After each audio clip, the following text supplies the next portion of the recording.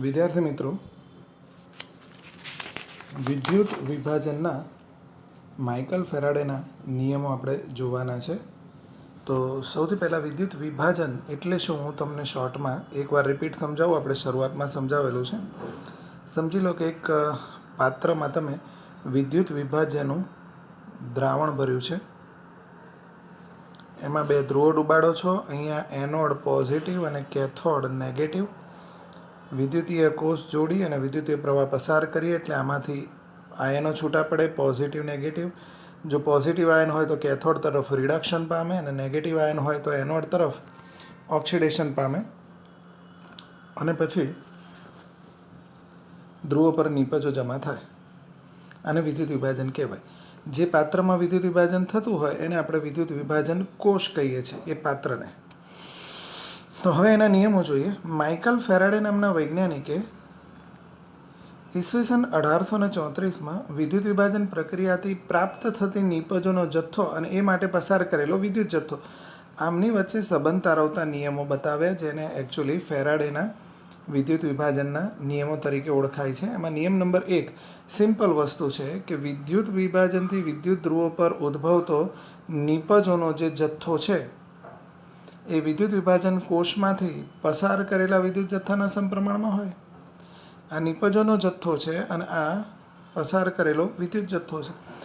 એ તો સિમ્પલ વસ્તુ છે કે જેટલો વિદ્યુત જથ્થો વધારે પસાર કરશો એટલા ધ્રુવો પર દ્રાવણમાંથી આયનો વધારે છૂટા પડશે, તો એટલું ઓક્સિડેશન અને રિડક્શન વધારે થશે, એટલી ધ્રુવો પર નિપજો વધારે પ્રમાણમાં જમા થશે. હવે નિયમ નંબર 2. નિયમ નંબર 2માં દર્શાવ્યા પ્રમાણે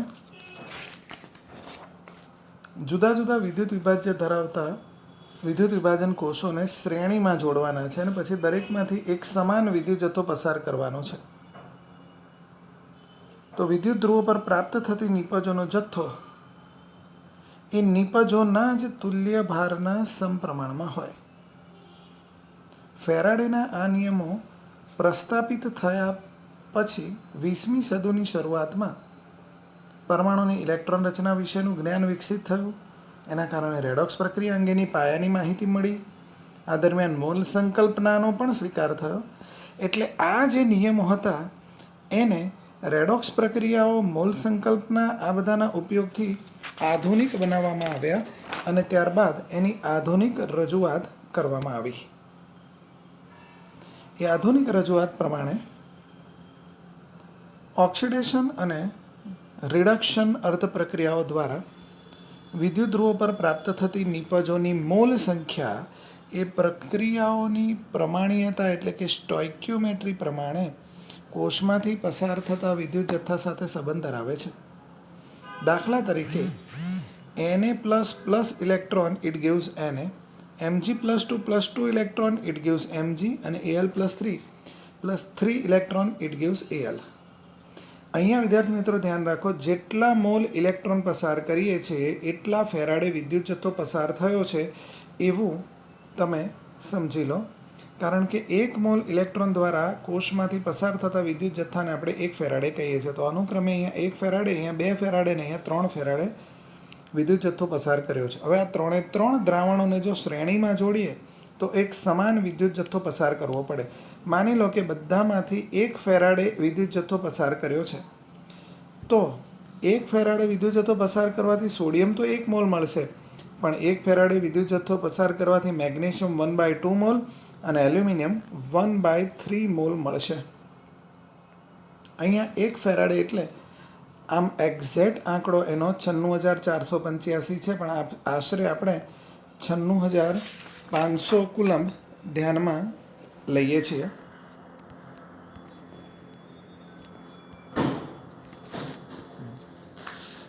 જો કોઈ વિદ્યુત વિભાજન કોષમાંથી I એમ્પિયર પ્રવાહ t સેકન્ડ માટે પસાર કરીએ તો પસાર કરેલો કુલ વિદ્યુત જથ્થો Q કુલમ્બ કહેવાય. એટલે કે Q = IT લખી શકાય, જેમાં I એટલે વિદ્યુત પ્રવાહ એમ્પિયરમાં માપીએ છીએ, T એટલે સમય સેકન્ડમાં માપીએ છીએ.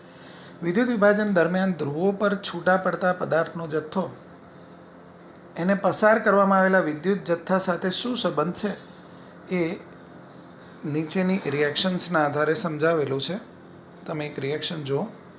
Ag plus plus electron it will gives Ag. અહીંયા ઇલેક્ટ્રોનની મોલ સંખ્યા 1 છે, એટલે વિદ્યુત જથ્થો 1 ફેરાડે થયું, તો આ 1 મોલ મળે છે. પણ અહીં Cu+2 માંથી Cu મળ્યું છે, 2 મોલ ઇલેક્ટ્રોન વપરાયા છે,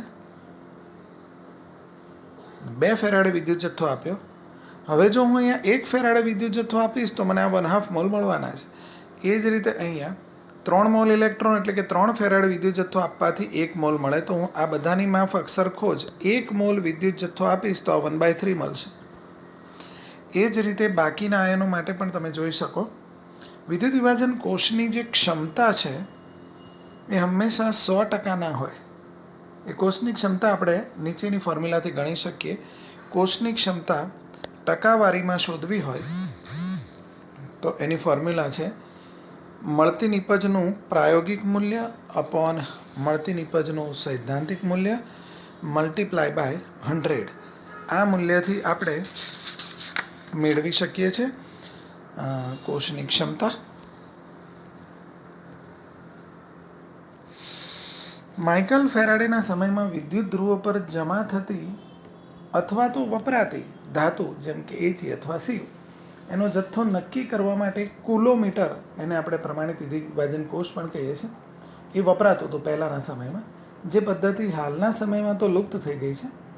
હાલના સમયમાં આપણી પાસે અચળ પ્રવાહના સ્ત્રોત પ્રાપ્ય છે, તેમજ પસાર થયેલ વિદ્યુત જથ્થો Q IT તો આપણને ખબર છે, એ પણ આપણે માપી શકીએ છીએ. જનરલી 1 ઇલેક્ટ્રોન પરનો જે ચાર્જ છે એ 1.6021 × 10⁻⁹ કુલમ્બ છે. તો 1 મોલ ઇલેક્ટ્રોન પરનો ચાર્જ એવોગેડ્રો અંક ગુણ્યા 1.6021 × 10⁻⁹ થાય. અને એને સિમ્પ્લિફાય ફોર્મમાં આપણે લાવીએ તો છેલ્લે આપણને 96,500 કુલમ્બ પર મોલ મળી જાય છે. વિદ્યુત વિભાજનથી પ્રાપ્ત થતી નિપજોનો આધાર કઈ કઈ બાબતો પર છે? તો વિદ્યુત વિભાજનથી પ્રાપ્ત થતી નિપજોનો આધાર વિદ્યુત વિભાજનની પ્રકૃતિ પર છે, વિદ્યુત ધ્રુવોની પ્રકૃતિ પર, વિદ્યુત વિભાજન કોષમાં હાજર રહેલ ઓક્સિડેશન કરતા અને રિડક્શન કરતા ઘટકો પર, પ્રમાણિત વિદ્યુત ધ્રુવ પોટેન્શિયલ પર. કેટલાક વિદ્યુત રાસાયણિક પ્રક્રમો શક્ય હોવા છતાં પણ નીચા વોલ્ટેજે ગતિકીય રીતે ધીમા પડી જાય છે, એટલે એમાં વધારાનો જે પોટેન્શિયલ વાપરીએ છીએ અને ઓવર પોટેન્શિયલ અધિવિભવ કહીએ છીએ એ વાપરવો પડે છે. એ વધારાના પોટેન્શિયલની એમાં જરૂર પડે છે. એને આપણે ઓવર પોટેન્શિયલ અથવા તો અધિવિભવ તરીકે ઓળખીએ છીએ. ક્વેશ્ચન છે, વિદ્યુત વિભાજનથી પ્રાપ્ત થતી નિપજોનો આધાર વિદ્યુત ધ્રુવની પ્રકૃતિ પર હમણાં આપણે જોયું. એ કેવી રીતે? તો વિદ્યુત ધ્રુવના મુખ્યત્વે તો 2 પ્રકાર છે, સક્રિય વિદ્યુત ધ્રુવ અને નિષ્ક્રિય વિદ્યુત ધ્રુવ. વિદ્યાર્થી મિત્રો, સક્રિય વિદ્યુત ધ્રુવ કોને કહીશું? કે જે વિદ્યુતીય કોષની પ્રક્રિયા દરમિયાન પ્રક્રિયામાં ભાગ લે, એની સપાટી પર એનોડ અને કેથોડ એટલે કે ઓક્સિડેશન અને રિડક્શન પ્રક્રિયા પણ થાય અને એના વજનમાં વધારો કે ઘટાડો પણ થાય. દાખલા તરીકે ડેનિયલ કોષની વાત કરીએ તો ઝીંકની પટ્ટી, એમાં ઝીંકનું ઓક્સિડેશન થઈ અને ઝીંક ખવાતું હતું અને કોપરની પટ્ટી પર કોપર નિક્ષેપિત થતું હતું, તો એનું વજન વધતું હતું. તો આ વિદ્યુત ધ્રુવો સક્રિય વિદ્યુત ધ્રુવો કહેવાય. તો પછી નિષ્ક્રિય વિદ્યુત ધ્રુવ કોને કહીશું?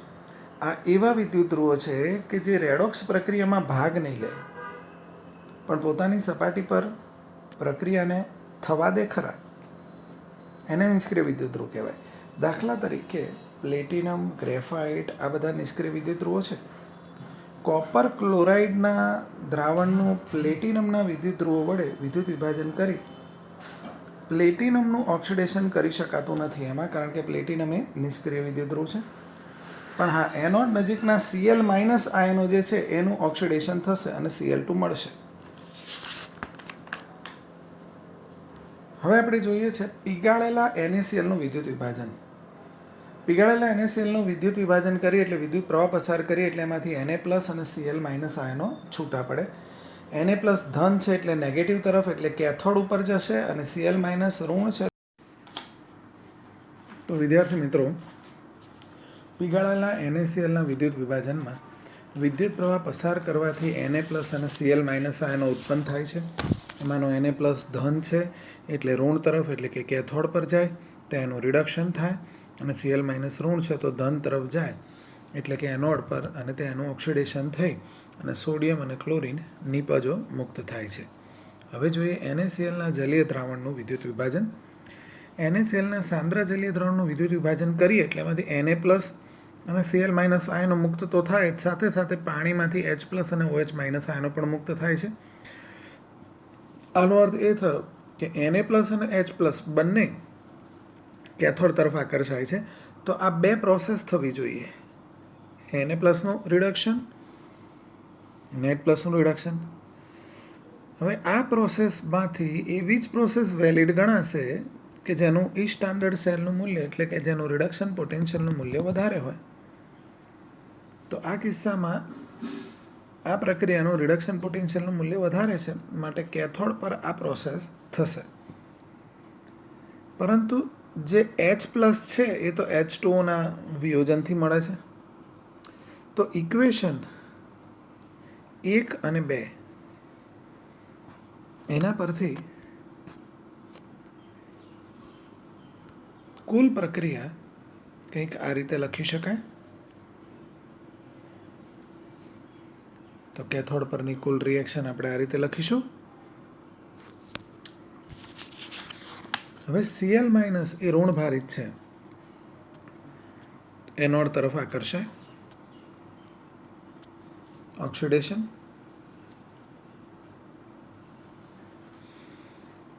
પાણીનું પણ ઓક્સિડેશન થઈ O2 અને H પ્લસ રિલીઝ થાય. બંનેના ઈ સ્ટાન્ડર્ડ સેલ વેલ્યુઝ આપેલી છે. આવા કિસ્સામાં નીચું ઈ સ્ટાન્ડર્ડ સેલ વેલ્યુ ધરાવતી હોય પ્રક્રિયા એનોડ પર શક્ય બને.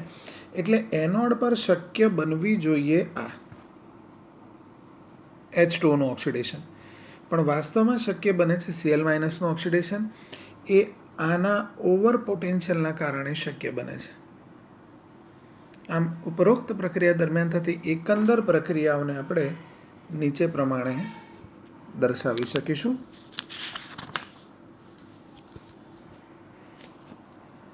એ જ રીતે વિદ્યાર્થી મિત્રો, સલ્ફ્યુરિક એસિડનું વિદ્યુત વિભાજન.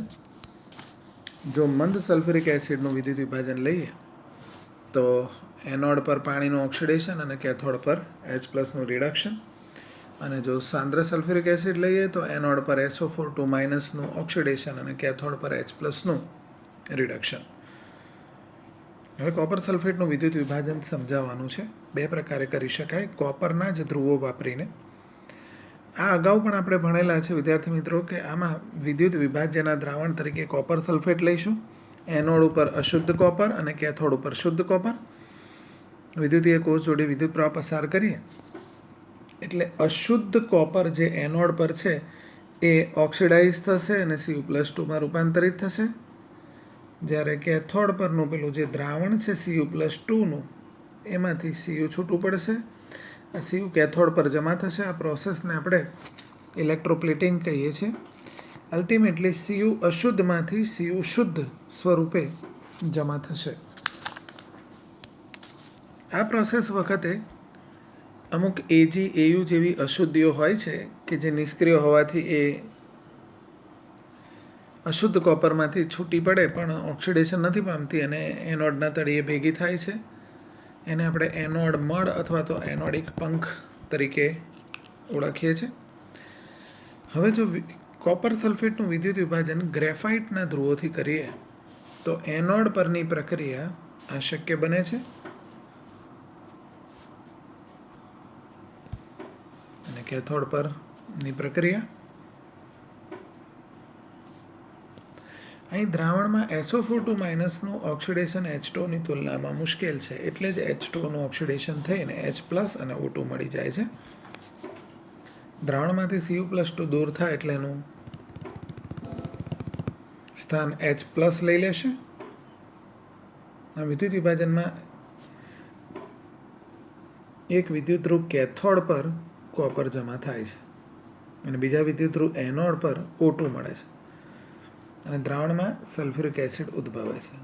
વિદ્યાર્થી મિત્રો, વિદ્યુત વિભાજન પદ્ધતિની ઉપયોગિતાઓ તો આપણે અત્યાર સુધી ભણ્યા એ પ્રમાણે અનેક ધાતુઓના ઉત્પાદનમાં, અનેક સંયોજનોના ઉત્પાદનમાં, એજી, એયુ, પીટી જેવી ધાતુઓના તો શુદ્ધિકરણમાં, અને અગત્યનું વિદ્યુત વિભાજ્ય દ્વારા ધાતુઓ પર ઢોળ ચડાવવા અથવા તો ઇલેક્ટ્રોપ્લેટિંગ માટે પણ વિદ્યુત વિભાજન પ્રક્રિયા ઉપયોગી બને છે.